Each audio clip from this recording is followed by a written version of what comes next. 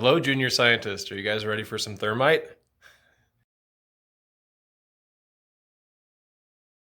Okay, so now I've taken the iron oxide powder and the aluminum powder, and I put them into this bag, right? So I did 7 scoops of iron oxide and 21 of iron, or I'm sorry, 7 scoops of aluminum and 21 of iron oxide.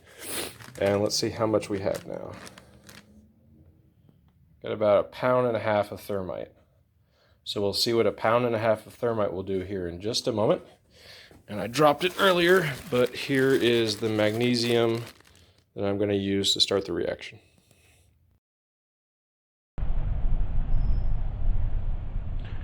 Okay, so now we have the experiment set up. So here's my bucket.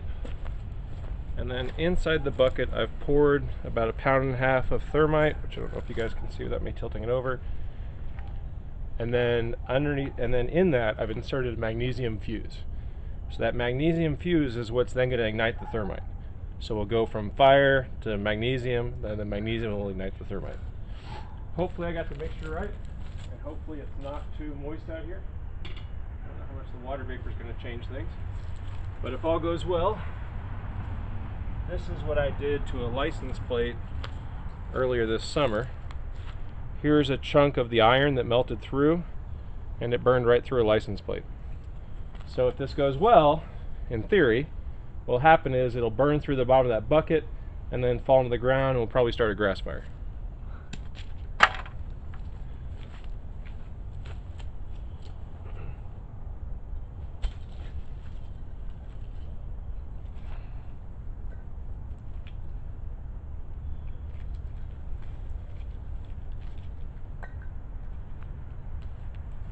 And remember, kids, safety is #1 priority.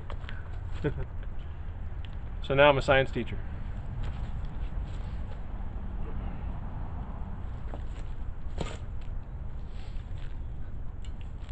All right, so we'll start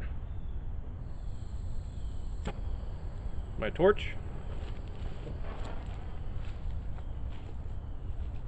And you guys won't be able to see this, but I'm gonna stick the torch down inside and ignite the magnesium fuse and then run away.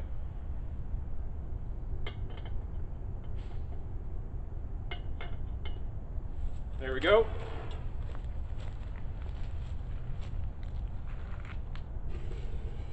And the thermite's ignited.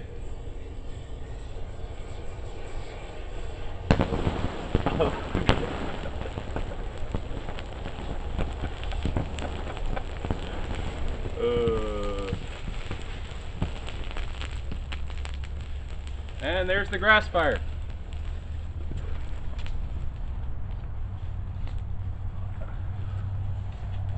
Now you can't use water to put out thermite reaction, but you can use water to make sure the grass doesn't burn anywhere else.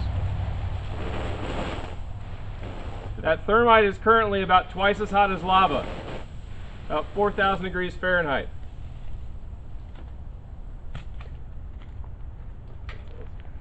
All right, hope you guys enjoyed.